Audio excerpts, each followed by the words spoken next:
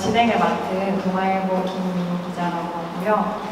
저는 그 여주미술관에 이제 2021년에 서영선 개인전이 열렸을 때 처음 와보고 오늘 또 이제 안창원 선생님 작업을 볼 수 있는 기회가 생겨서 아주 설레는 마음으로 미술관에 왔습니다. 지금 비도 너무 운치 있게 내리고 또 안창원 선생님께서 그 경남도립미술관에서 보여주셨던 작업인데 실제로 볼 기회가 없었어서 너무 보고 싶었는데 보면서 좀 제가 생각했던 것들 그리고 작가님께도 어떻게 생각하면서 작업하셨는지 이런 것들을 이야기해보려고 오늘 준비를 했고요. 저는 동아일보 신문사에서 미술기자로 일을 하고 있고요. 2014년부터 일을 해서 이제 10년을 꽉 채워가게 되는 그런 취재를 하면서 뉴욕 현대미술관, 테이트 미술관 이런 미술관 관장님들이나 해외에 있는 베니스 비엔날레, 몬트리올 비엔날레 이런 전시들도 취재하고 물론 이제 국내 이슈도 많이 취재를 했고요. 그러면서 이제 해외 미술에서 돌아가는 맥락에 맞춰서 한국 미술사를 정리하고 또 이런 작품들을 제대로 조명하는 게 중요하다라고 생각을 해서 전시 기획에도 참여를 하고 있고 이제 2022년부터는 뉴스레터를 운영을 하고 있어요. 그래서 제가 뭐 인터뷰한 것들이나 전시 리뷰에 관한 것들도 소개하고 있으니 미술에 대해서 좀 더 궁금하다, 뭐 긴 글을 읽어보고 싶다 이런 분들은 한번 검색해서 봐주시면 감사하겠습니다. 자, 그러면 이제 제 소개는 이렇게 짧게 마무리를 빨리 하고 오늘 주인공이신 안창원 선생님 소개해드리겠습니다. 네, 안창원 작가님입니다. 네. 박수 한번 부탁드릴게요.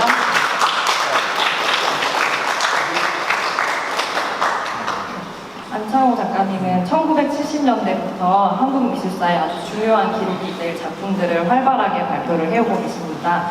또 공공미술관에서도 개인전을 통해서 조명이 되어오고 있는데요. 이번 전시에서는 이제 여기 보시면 1970년대에 가족사진 연작부터 해서 위험한 놀이, 새 연작, 49인의 명상, 배드카우치 이렇게 다양한 연작들을 발표해오고 있어요. 그래서 제가 이걸 정리하면서 선생님께서 한 작업에만 머무르는 게 아니라 정말 끊임없이 변화를 해오셨다는 것을 느낄 수 있었고 특히 이번 전시에서는 2010년대부터 시작하신 눈먼 자들과 마스크 연작을 볼 수 있습니다.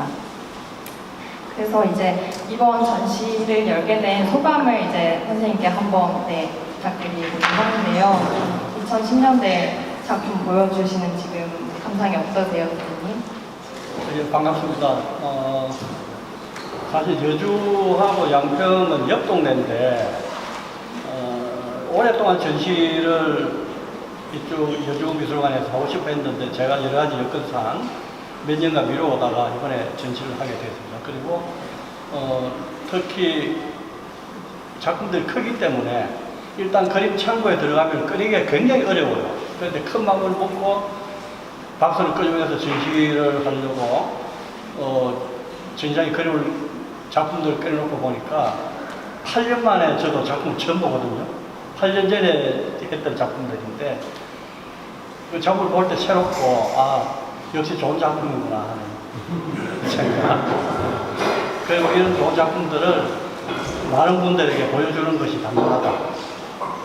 그래서 여주미술관에서도 적극 매우 정성을 들여서 지원을 했고 서로 아주 협조한 관계에서 전시가 치러져서 일단 여주미술관에 고맙다는 말씀을 드리고 또 작가 개인으로서도 여기에 전시하게 된 걸 잊을 수 없는 좋은 기억으로 남기게 됐음을 감사드립니다. 네, 선생님 말씀 감사합니다.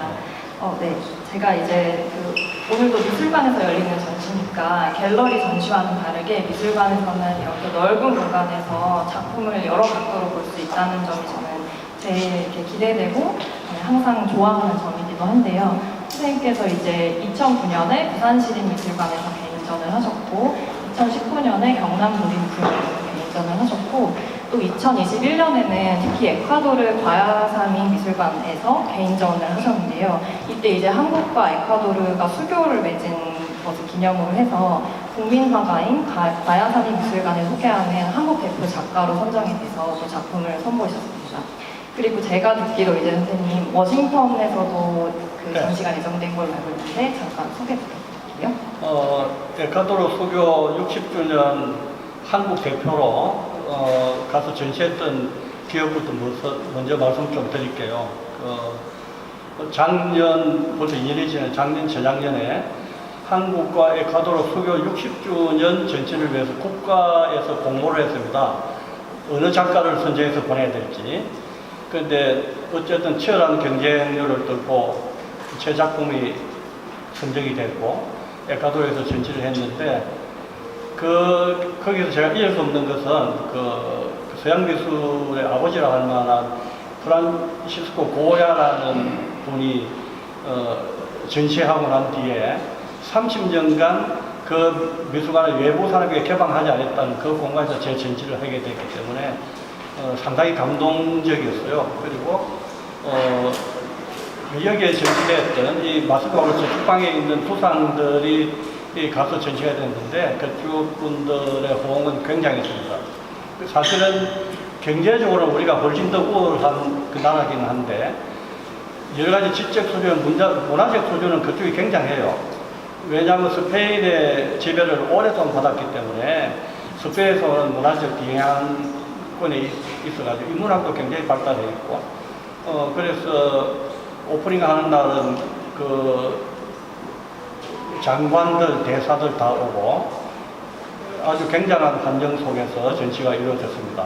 그리고 우연히 3년 후에 전시가 거의 결정됐는데 워싱턴 DC에 있는 아메리칸 대학이라는 데가 있고 그 대학에서 만드는 대학 미술관이 있는데 그 학교 안에 있는 미술관이 아니고 워싱턴 DC 그 번화가에 상당히 큰 규모로 미술관이 세워져 있는데 거기에서 관장이 제 전시를 하기로 결정을 하고 이번 11월 2일 날 제 작품 최근에 하고 있는 작품 중에 저쪽 방에 보면 박제 연작 중에 두 점을 벽에 걸은 게 있는데 그 작품을 위주로 전시를 하기 위해서 작품을 보러 옵니다. 11월 2일 오면은 이쪽에 여주미술관에도 와서 이 전시도 보게 될 텐데 아마 제가 하고 있는 일련의 작업들이 운이 좋다면 워싱턴에서 뉴욕으로 진격할 수 있는 교도가 되지 않을까 하는 그런 생각을 가지고 있고 그래서 지금 한 200점 정도의 작품을 지금 시작했고 만들고 있으니까 결과는 어떻게 될지 모르겠지만 대부분의 작품들이 저쪽 방에 걸려있는 박제전작의 스타일로 진행되고 있다 이렇게 보면 됩니다. 그래서 아직 3년 후의 일이기 때문에 지금 오로지 작가로서 작업에만 열중할 수 있는 그런 입장에 있습니다. 지금 최근 근황은 그렇습니다. 네, 정말 워싱턴 전시 너무 기대되고요. 또 박제 연작도 오늘 특별히 이제 신작을 볼 수 있도록 전시가 되어 있는데 그 작품에 대한 얘기는 제가 또 추후에 질문을 드리기로 하고 우선 이제 오늘 전시 얘기로 좀 들어와 보겠습니다. 네, 이 공간을 이제 다 가보셨을 텐데 어떤 느낌을 느끼셨는지 궁금하기도 한데요. 저는 우선 그 박소영 관장님과 얘기를 나눴을 때 저는 이 작품들이 사진으로 보기에는 색도 알록달록하고 해서 예쁜 느낌인 것 같아요 라고 말씀을 드렸는데 관장님께서는 본인도 그렇게 생각하시는데 무섭다는 사람도 좀 있더라 라고 얘기를 하셨어요. 그래서 근데 실제로 와보니까 저도 이 물감들이 칠해져 있는 것들의 날선 느낌이라던가 그리고 눈의 표현이라던가 이런 것들이 조금 마냥 예쁘지만은 않다 이런 느낌이 들더라고요.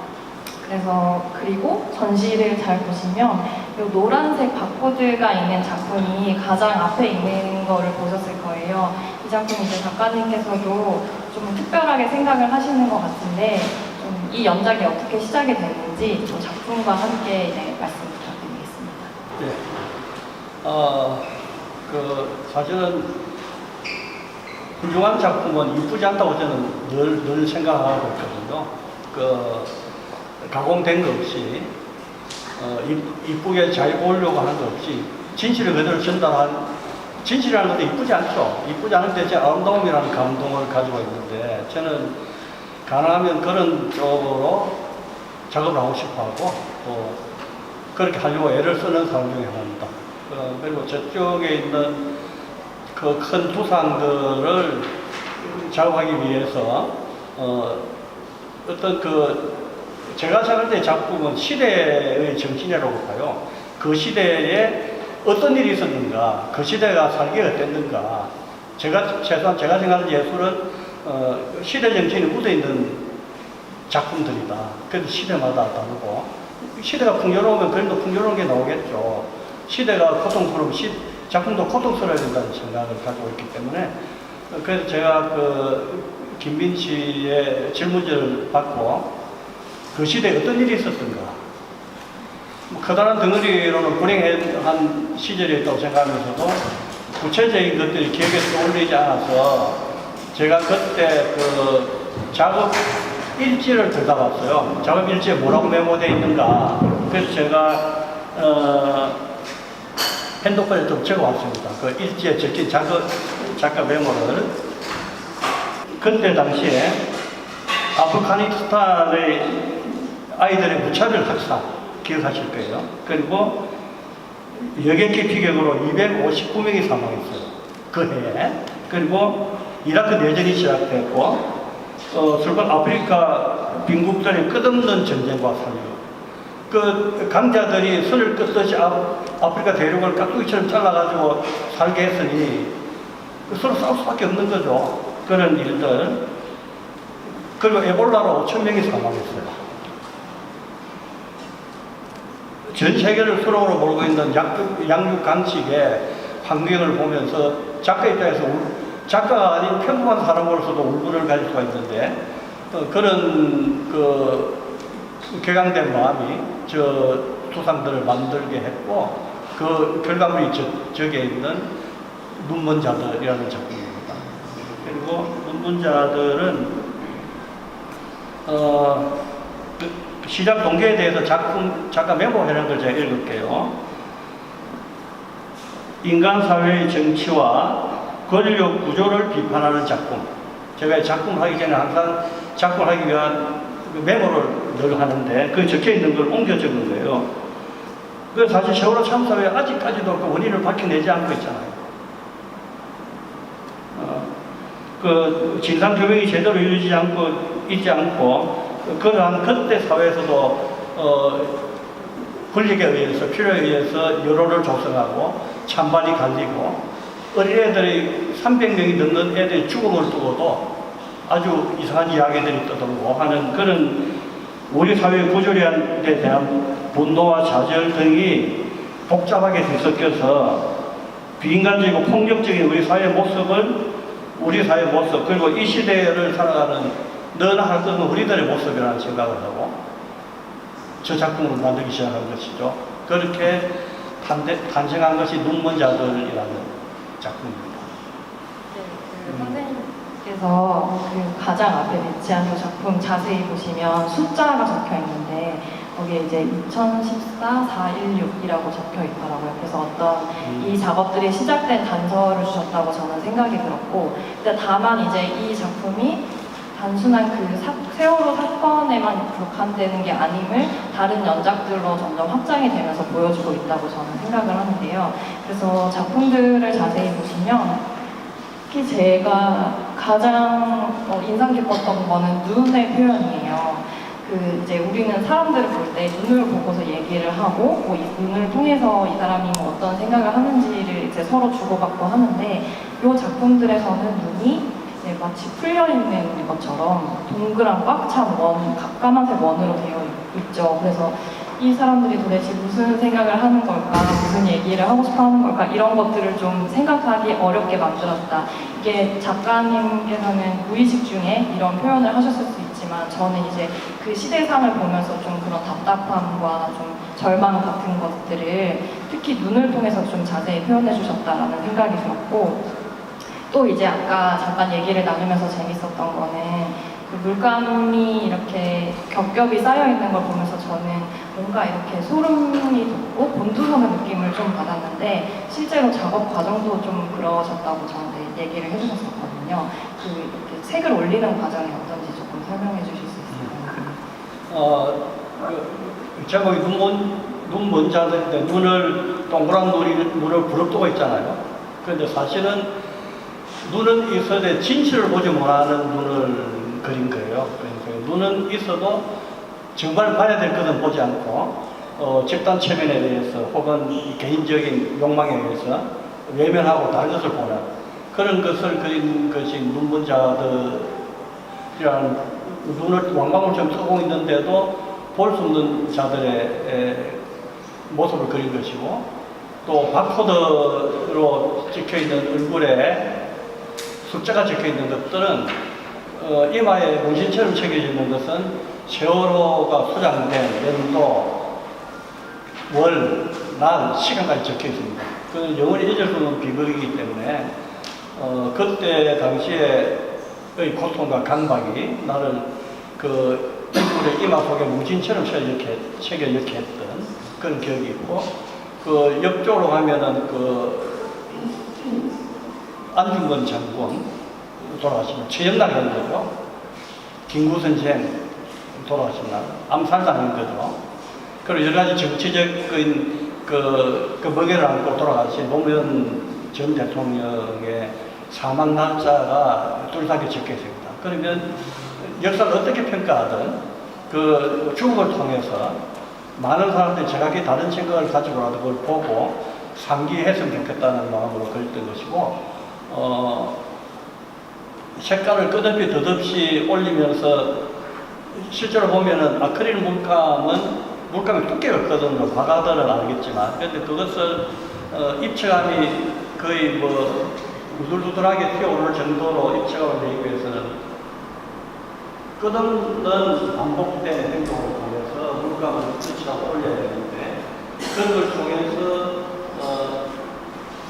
한 개인의 작가 입장에서 그 자신이 고통스러운 그 행동인데 그걸 통해서 자신이 성찰하는 그 법가에서 큰 스님이 명명을 하면서 성찰하듯이 작가는 굿즈를 통해서 성찰하거든요. 깨달음도 얻게 되고 그런 행위의 반복을 통해서 작품과 작가 자신이 작품 속에 있는 대상과 자기 자신이 일치되는 그런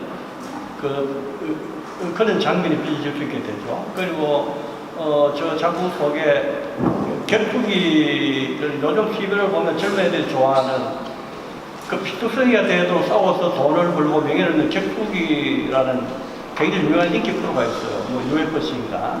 그런데 사실은 우리 삶의 현장이 이제 그렇다고 봐요. 건강하지 않을수록 더 그런데 자본주의 사회라는 것은 특히 그렇죠. 그런 운영 링 속에서 격투를 통해서 자기의 생존을 확인하고 불을 거머쥐는 것과 우리 현실 속에서 치열하게 살기 위해서 싸우는 그런 모습을 비교하면서 그런 작업을 했던 것이고 그러니까 저쪽에 두 사람들은 사실 일본만 와서 제시되고 있는 것인데 우리 일상 속에서 흔히 볼 수 있는 우리들의 모습, 내 자신의 모습일 수도 있고 이웃의 모습일 수도 있는데 그런 모습들이 상징화돼서 표현되어 있다. 그렇게 보시면 됩니다. 우리들의 모습이죠. 눈은 뜨고 있어도 눈 먼 자들처럼 진실을 볼 수 없는 그런 삶의 모습을 그린 겁니다. 작품을 더 자세히 보시면 날개도 있고 제가 느끼기엔 눈물도 이렇게 그려져 있는데 더 자세한 얘기는 관객분들이 이제 보고 느끼실 수 있도록 또 다시 한번 가서 보시는 걸로 해주시고요. 그리고 저는 또 이 얼굴에 관한 얘기를 하고 싶었어요.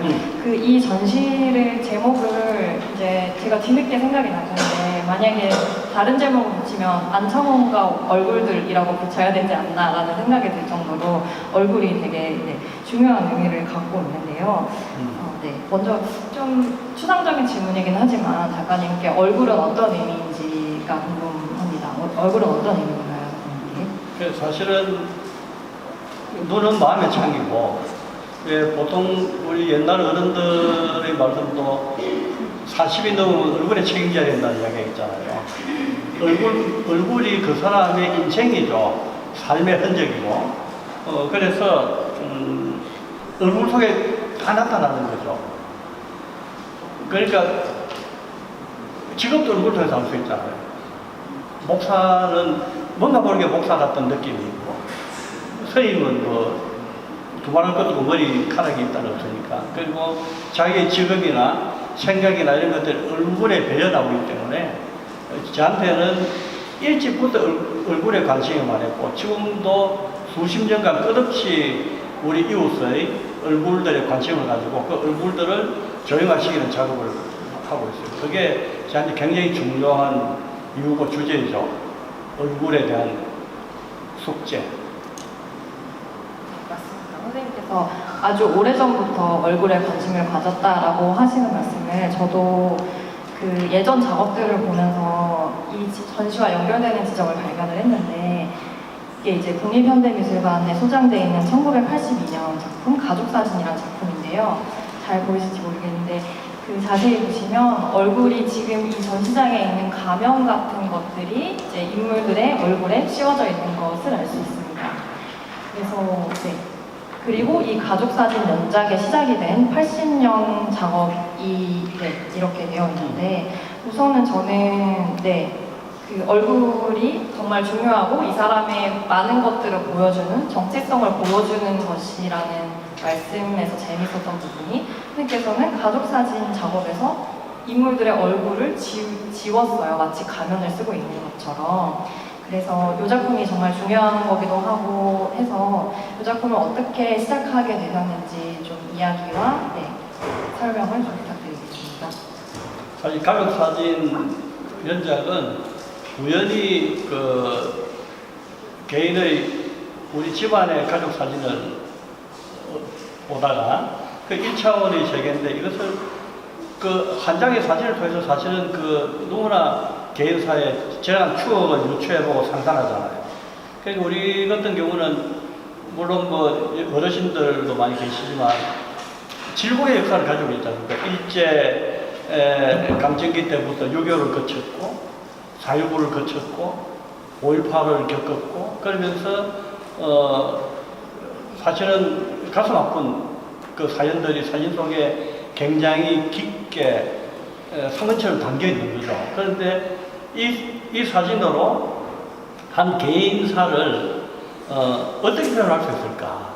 개인사들이 가족이 와야 되고 피난 오고 굶주리고 고통받다가 여러 가지 겪었던 힘들었던 시절에 우리 위에 부모들 어른들의 그 기억들을 어떻게 하면 사진으로 이 한 장의 사진에 담을 수 있을까 고민하기 시작한 거죠.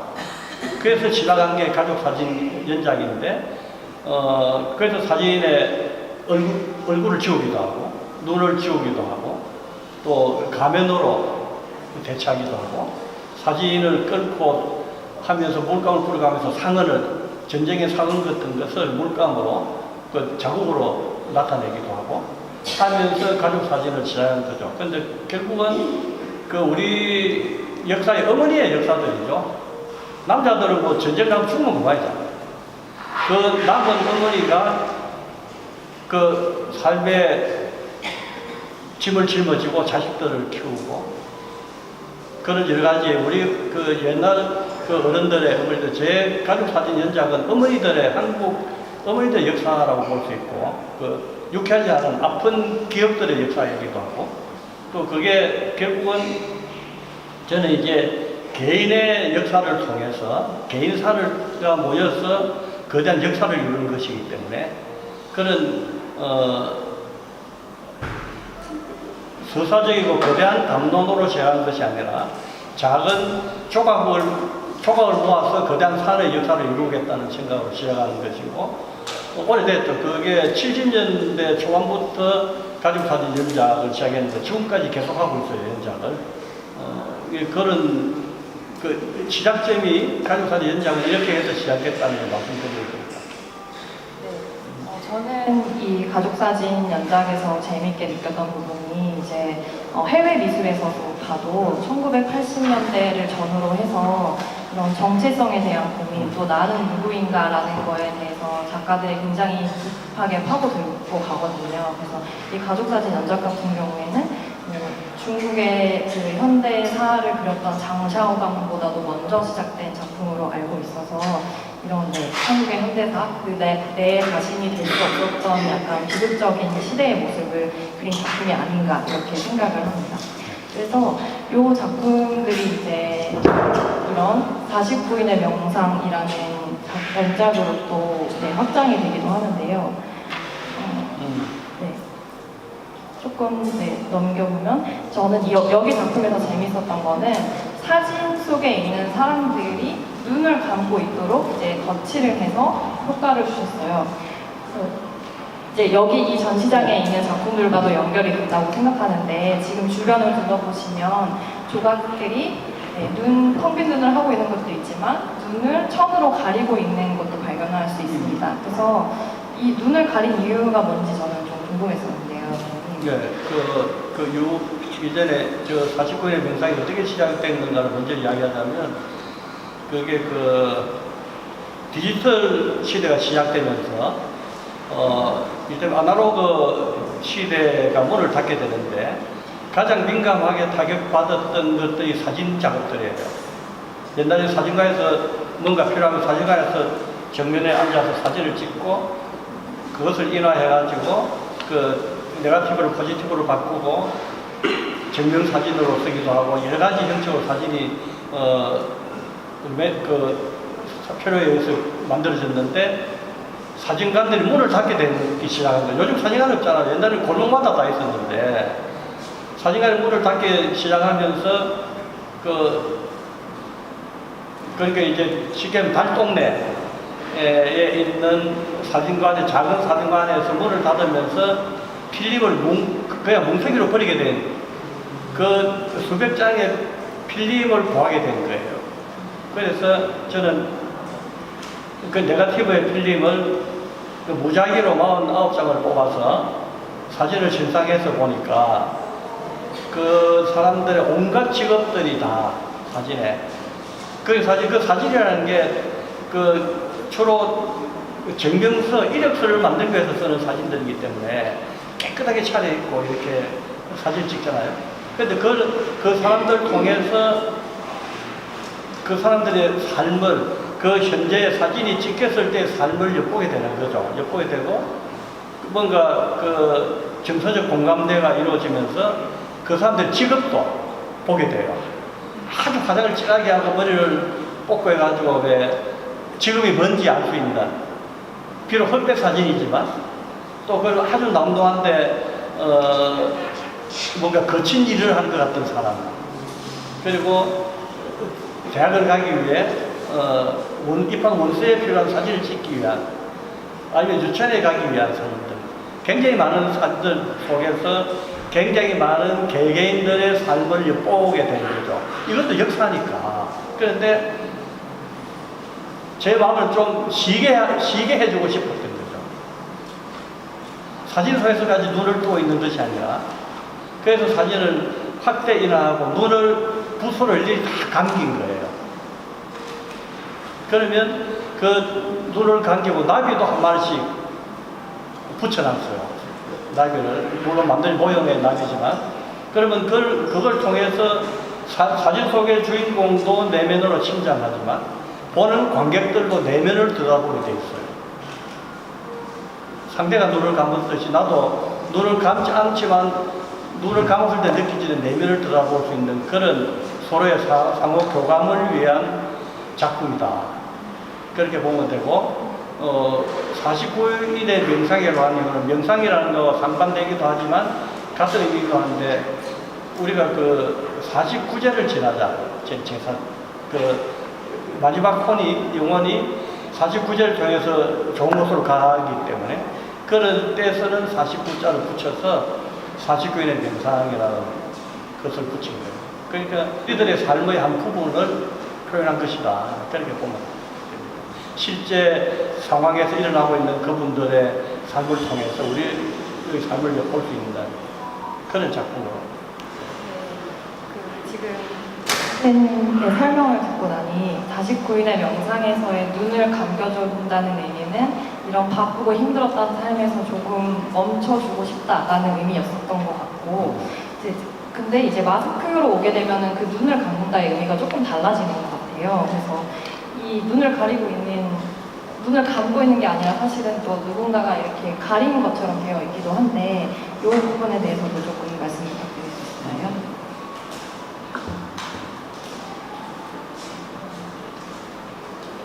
예, 아까 그 눈을 본인이 스스로 감게 만들었다면 이거는 사회 구조에 의해서 감겨져 있는 부분, 그 열쇠구멍 이런 것들이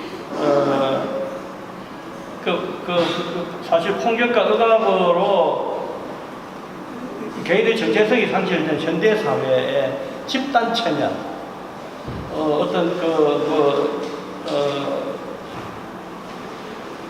권력이나 아니면은 또 다른 어떤 이익 집단에 의해서 그 소시민들이 설득당하고 체면당하고 그러면서 생각이 통제되고 한쪽 방향으로만 생각을 할 수 있도록 다른 방향의 생각이 차단당하는 그런 것들은 권력이나 예술품이나 모든 것들이 아주 정교하게 서로 호흡하면서 이끌어가는 거죠.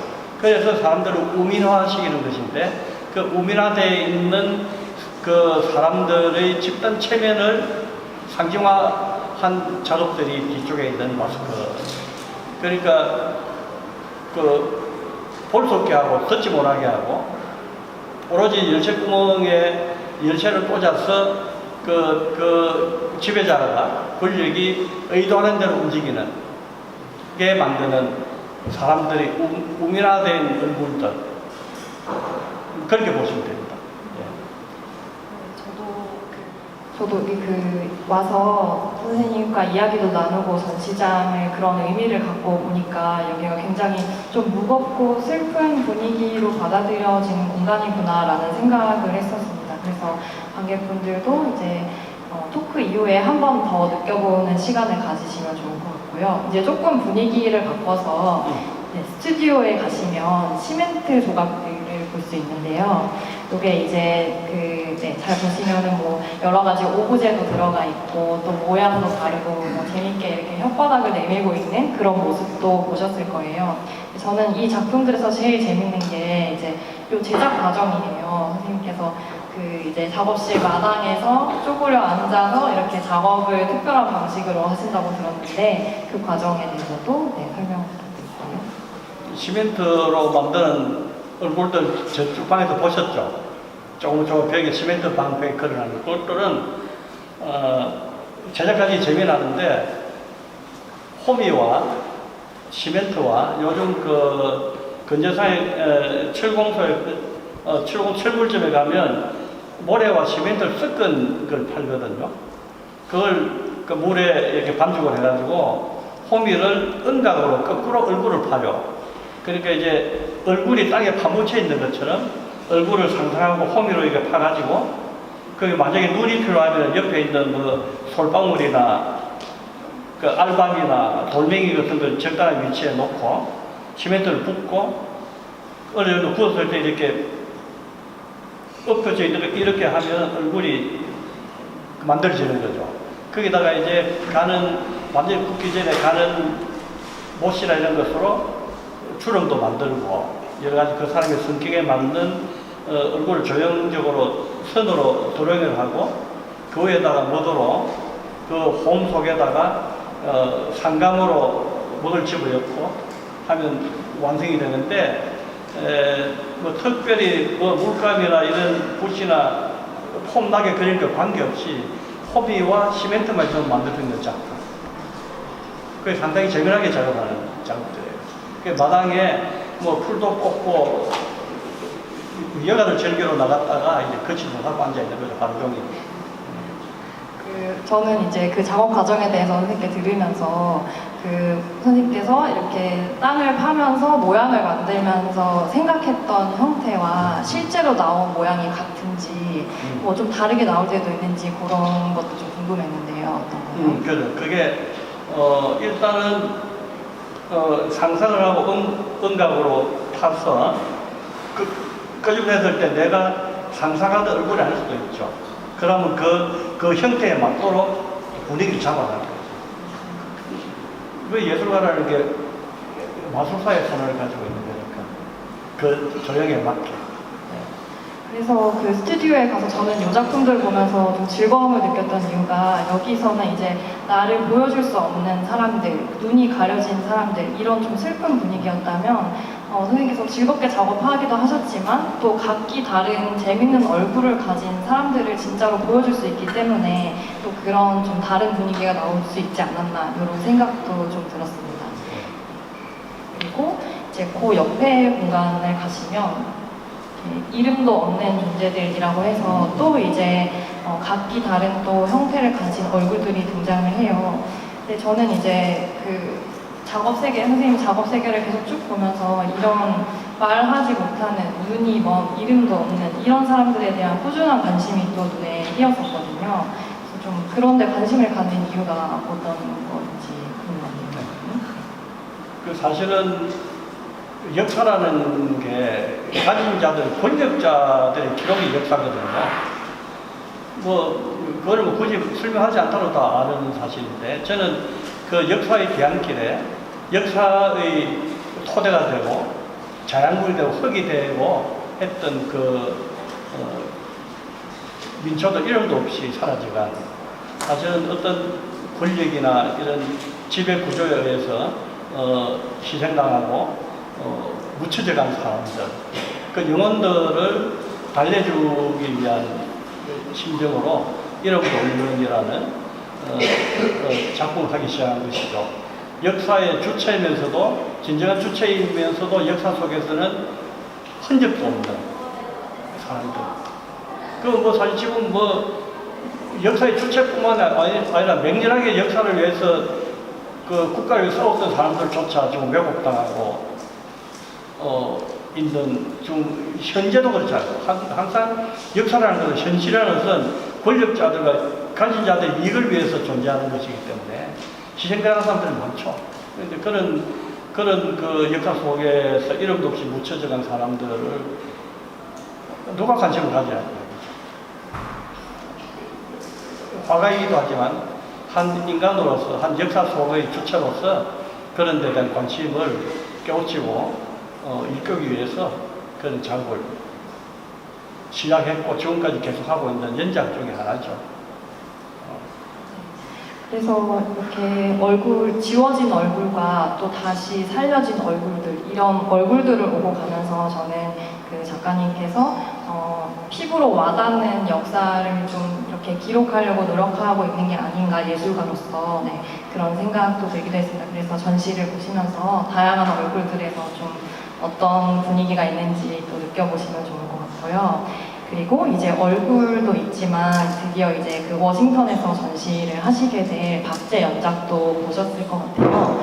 이번 전시에 특별히 공개가 됐는데, 저는 이제 선생님께 얘기를 들었을 때 이 연작이 시작된 계기가 정말 재밌었거든요. 우연히 발견한 창고에서 이 작업이 시작됐다고 말씀을 주셨는데, 그 창고는 어떤 창고이고 어떻게 시작하셨나요? 사실 제가 오랫동안 박제에 대한 관심을 가졌던 것은 삶과 죽음에 대한 문제들 어떻게 풀어볼까 하고 박제에 관심을 많이 가졌었는데, 우연히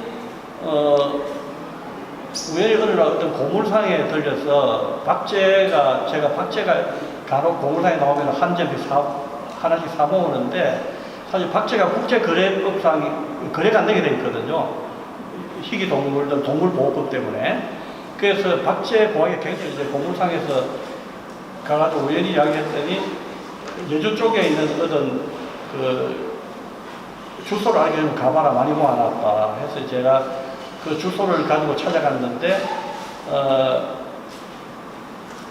공장인데, 가동이 중단인데, 가동이 중단된 오래된 공장 창고에 박제들이 모여 있는 거죠. 그런데 이제 코로나 때니까 작은 자연사 박물관들이 다 영상 박물관들이 망하고, 고물상들이 박물관 물건을, 자연사 박물관 물건을 다 인수해가지고 팔 수 있는 건 다 팔고, 이 박제들이 찰 수 없으니까 창고에 그냥 쌓아놓은 건데, 굉장히 불량하게 이제 처리한 거죠. 부서지고, 어떤 거는 목도 부러지고, 호랑이가 연골이가 터져가 솜이 막 터져 나오고, 말도 못할 정도로 차복한 그 과정을 보면서, 인간들의 야만성을 본 거예요. 사실 그런 일이 있으면 사실 후진국형 소재인데 선진국 가서 필요에 의해서 박제를 만들면은 깨끗하게 불에 태우든지 했을 텐데 우리는 그 인간의 욕심만 채우고 그냥 방치하고 처방하고 눈알도 빠져 있는 박제가 있고 뭐 너무나 참고 끔찍한 이걸 보면서 인간의 행위와 인간의 짓을 그냥 관과할 수 없다는 생각을 개인적으로 하기 시작했고 이것을 기록으로 남겨야 되겠다는 생각에 3개월간 사진 작가의 도움을 받아서 지금 저기 와 있는데 그 사진 찍은 사람이 저기 와 있는데 3개월간 사진을 찍고 4개월간 그 수천 점의 사진 속에서 작업할 만한 것들을 골라내고 사진을 인화하고 판넬에 배점을 하고 페인팅하기까지의 과정을 거치고 이제 작업을 이제 막 시작하고 있는 중이에요. 그 하고 있는 중에 작품을 한 점, 두 점 이번에 선보이는 건데 완성되면 한 3년 계열하고 작업을 하고 있는데 한 200점 정도가 작품이 완성되고 발표되지 않을까 그런 생각을 하고 있습니다. 그래서 그 작품들을 통해서 또 인간의 욕망과 잘못된 삐뚤어진 사측 욕망에 대한 그 여러 가지 그 외에도 사회가 가지고 있는 불안정한 사회가 가지고 있는 여러 가지 문제들을 박제를 통해서 고발하는 일종의 그런 그림으로 거듭날 거로 생각하고 있습니다. 네, 실제로 보면 이 그림자의 모습이라던가 또 동물들을 자세히 봤을 때 말씀하신 것처럼 뭔가 실밥이 터지고 이런 것들이 저는 보여서 네, 또 다음 어떤 느낌이 나올까 굉장히 기대되는 네, 연작이고요. 또 이제 인간을 넘어서 동물로까지 또 이런 관심사가 확장된다는 점에서도 네, 아주 기대되는 연작이라고 하겠습니다. 그래서 저는 그 오늘 작가와의 대화를 이 작품으로 마치고 싶었어요. 이 작품도 이제 국립현대미술관에 소장된 인간 이후라는 작품인데 1970년대 후반에 이뤄진 작업이지만 지금 볼 수 있는 그 마스크의 모습이라던가 또 선생님께서 또 하셨던 유령 패션 연작 이런 것들이 아주 오래전부터 계속해서 이어져 왔다는 것을 이 작품을 통해서 알 수가 있거든요. 그래서 지금 오신 관객분들도 그런 예전 작업과 함께 오늘 이야기를 나눴으니 다시 한번 돌아보시면서 그런 생각해보는 시간, 얼굴이 어떤 것인가, 또 내 얼굴은 무엇이고, 또 말하지 못하는 얼굴은 무엇인가, 이런 것들을 생각해볼 수 있는 시간이 되었으면 좋겠습니다. 네, 그래서 선생님 오늘 고생 많으셨고요. 감사합니다.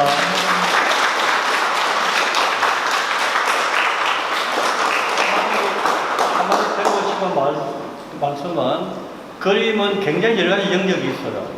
예쁜 그림도 있고, 유쾌한 그림도 있고, 또 우울한 그림도 있고 또 그림을 통해서 뭔가 생각을 사유해야 될 그림들도 있고 하는데 제 그림은 유쾌한 그림은 아니에요. 우울한 그림이기도 하지만 작가가 고뇌하고 세상을 보다 나은 세상으로 나가기 위한 고뇌를 통해서 만들어지는 그림들이기 때문에 이런 그림도 있다는 걸 생각하시고 보시면 그 속에서 읽어낼 수 있는 게 있을 겁니다. 네, 감사합니다.